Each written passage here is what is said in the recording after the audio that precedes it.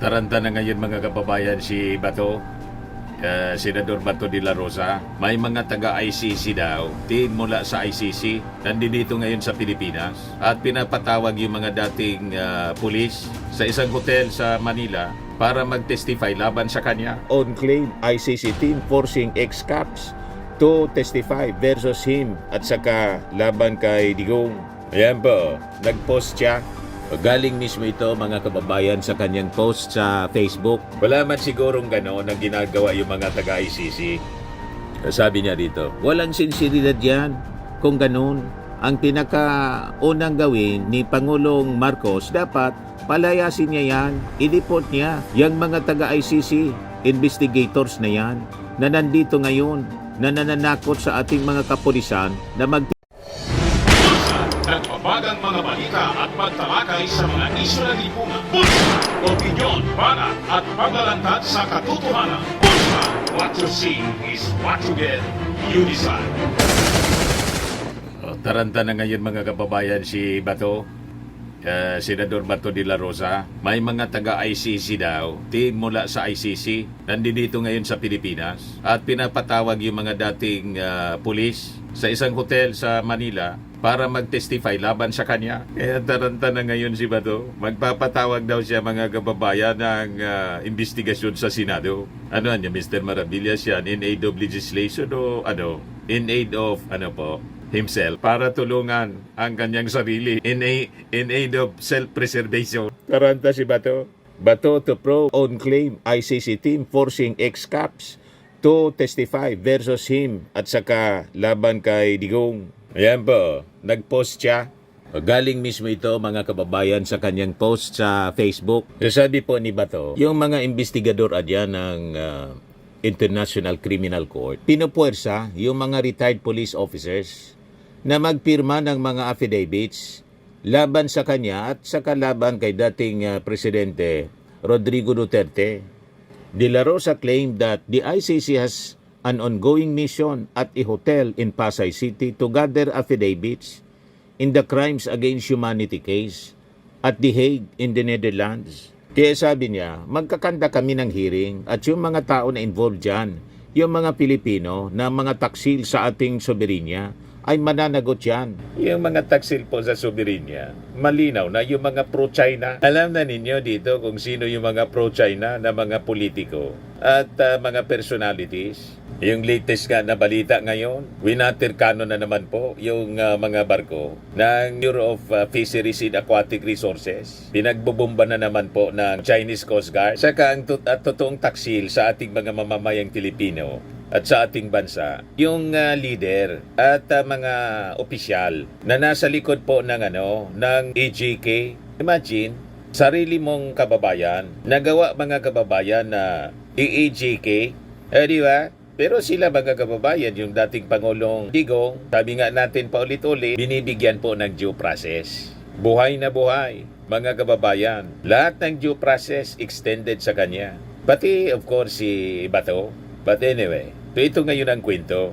So sabi dito sa kanyang post, De la Rosa made the revelation when asked about President Ferdinand Bongbong Marcos Jr.'s remark that is open to reconciling with the Duterte family. Kung sincero talaga siya sa kanyang sinabi, ang unang-una niyang gawin is palayasin niya yung mga ICC investigators na nandyan ngayon sa mga hotel na dyan sa Pasay na nananakot sa mga retired na mga pulis na pinipilit nilang mag-sign ng affidavit na ididiin na kami ni Pangulong Duterte. Otherwise, sila daw ang ididiin yung mga pulis na pinagtatawag nila. Abangan natin kung totoo, mga kababayan, yung mga aligasyon ni Bato de la Rosa. Baka tulad din naman ito, mga kababayan, ng investigasyon niya, ng witness niya, si Jonathan Morales, na dahil lang sa butas na nandun mga kababayan sa files kung saan nakasulat daw yung pangalan ng ating Pangulo, dahil lang sa butas, authentic daw. Hindi na nga po natuloy,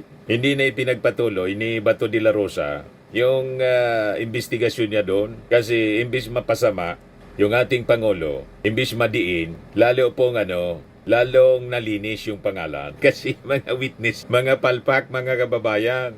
Sabi dito sa post ngayon ni Bato de la Rosa, kilala namin yung mga tao na sangkot dyan, na sige patawag ng mga pulis, at pagdating doon sa hotel, tinatakot yung mga pulis natin. Kawawa ang mga pulis eh. The PNP should take care of its people.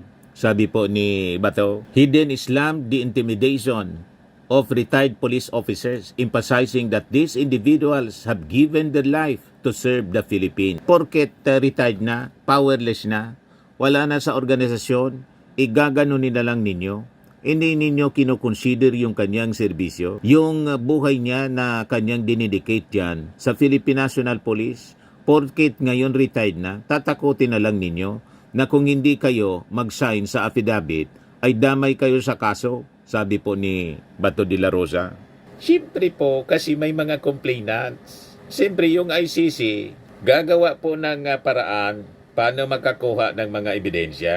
Kasi doon nagreklamo yung mga complainants sa ICC, hindi dito sa Pilipinas. Kasi nung panahon ninyo, takot sila. Pati yung mga fiskal, tinatakot kasi.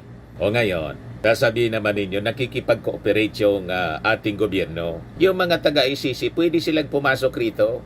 Yung ICC investigators. Only that, dahil hindi na tayo member, hindi officially makikipag-cooperate yung mismong gobyerno. Pero sila pwedeng mag-initiate ng investigation. Di ba? Ganun yan eh. Sinabi na yan ng ating mga officials noon. Malinaw po yung statement ng ating Pangulo. Position niya tungkol sa issue ng ICC. Yan PBBM reiterates ICC has no jurisdiction over Philippines. Won't cooperate in its investigation. Kailan to? Last year, January 23, 2024. However, as ordinary people, they can come and visit the Philippines. Pero hindi kami tutulong sa kanila. In fact, binabantayan namin sila, making sure they do not come into contact with any agency of the government.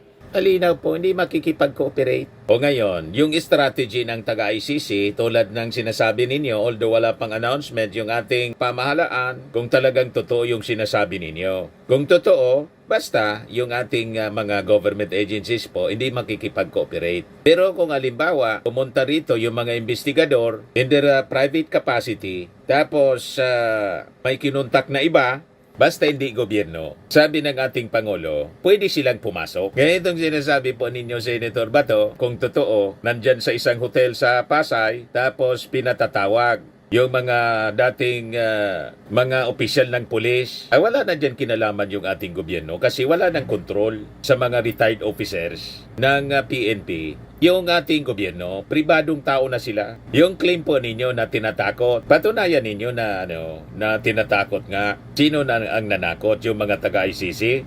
Medyo malabo siguro na taga-ICC yung manakot. Kasi nasa lugar natin, pwede ba yun ang taga-ICC, ICC investigators manakot na ito'y ating teritoryo?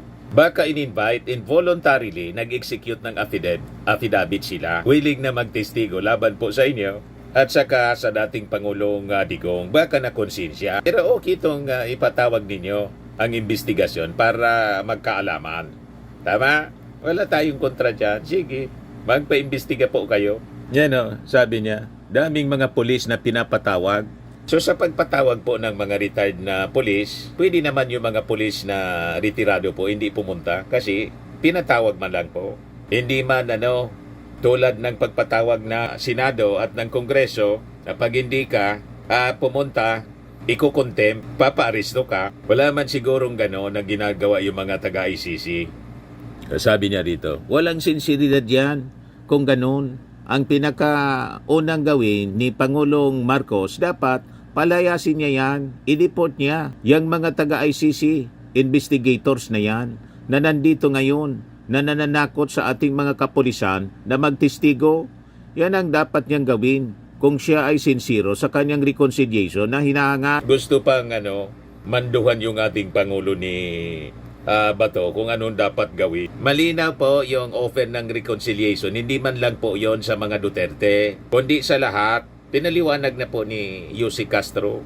At hindi papayag yung ating Pangulo sa reconciliation na may kondisyon na kayo yung magdidikta. Willing lang na magkipag-reconcile kung gusto ninyo. Kung ayaw ninyo, di iwag. Kung may kondisyon man lang, di wag. Ganun lang yon.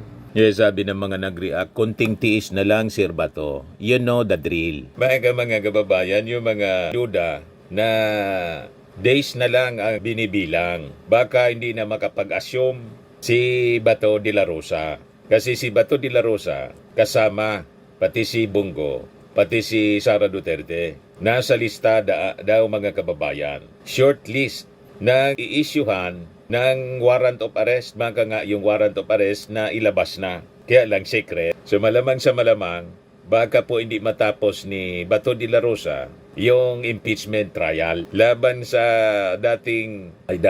laban po sa Vice Presidente. Sabi ni Ray R.F. Foss, ayan na po sila. Sabi ni Alex Torres, welcome to the club, soon magiging OFW ka na. Sabi ni Liang, you're the next in line. Sabi ni Chololo, aligaga na yarn. Sabi ni Nestor Turano, and now he's using the Senate to probe his own allegation. Self-serving senator, not ready to serve the people. Sabi ni Eloisa Marie Piña Marcos, karma. Sabi ni Goffrey Marco, di naman halata na very self-serving yung investigation na gagawin mo. Sabi ni Dave Leproso Jr., bring it on. Sabi ni Aurora Balikotsa, sayang ang sinasahod sa iyo, Bato. Sabi ni Rodolph Halcon, afraid of his own ghost. Sabi ni Iljan, wait for your turn, Bato. I will be very glad to see you crying again. Sabi ni Warren Mahosay, self-serving senator. Anyway, tingnan natin kung isusulong ni Bato de la Rosa, patawag siya ng Senate investigation in aid of self-preservation. Very self-serving mga kababayan. Anyway, ako personally, nagdududa din dito sa mga claims ni Bato. Tingnan natin kung ano ang magiging reaction ng ating mga authorities na nandito daw yung mga investigators ng ICC at tinatakot yung mga retired police para magtestigo laban sa kanila. Baka propaganda lang ito ni Bato para gatungan yung ating mga mamamayan in case nakatunog na siguro si Bato na nandyan na yung warrant of arrest laban sa kanila. Baka gusto niyang gamitin yung Senado para maging platform niya sa propaganda and sympathy, makuha yung sympathy ng mga tao, mga supporters niya, mag-people power. Di ba? Para proteksyonan siya ng kanyang mga supporters. Hindi siya makaladkad ni General Torre. Malamang ganon, mga kababayan. Ito ay opinion man lang natin, mga kababayan. Hintayin natin kung ano yung magiging reaksyon ng ating mga authorities dito sa aligasyon ni Bato na may mga tinatakot na police officers pinapatawag sa isang hotel para magtestigo daw laban sa kanila. Ito naman po, Firmax Firming and Lifting Cream, pinapahid po sa mga pulses in affected area. Mainam po sa paninigas ng mga kaso-kasuan. Ito naman po, Automax Radiant Serum. Sa mukha naman yung application, anti-aging po siya. You will look 10 years younger than your age. Sa mga cancer patients naman po, baka lang gusto ninyo itong itry. Neng siya Red Mix Fruit Drink. Hindi mo po siya gamot, food supplement siya. Kaya lang, gawa siya mga kababayan sa goji berry. Yung goji berry may anti-cancer properties. O ngayon, yung mga inquiries ninyo, dumiritso na lang kayo sa aming messenger sa Facebook para masagot namin agad. Ayos pa? Ayos na ayos niya, Mr. Maravilla. At sa mga naghanap po ng malinis and spacious fitness gym, pumunta lang po kayo sa aming Colossal Fitness Gym. May Grab ka rental din po kami. Ito naman po yung bago naming product na binibenta online. Eye Glow Serum, whitening po siya. Tingnan ninyo yung epekto sa aking anak na architect before and now. Yung mga inquiries po ninyo, dumiretso na lang kayo sa kanyang Facebook account, Riz Maravillas.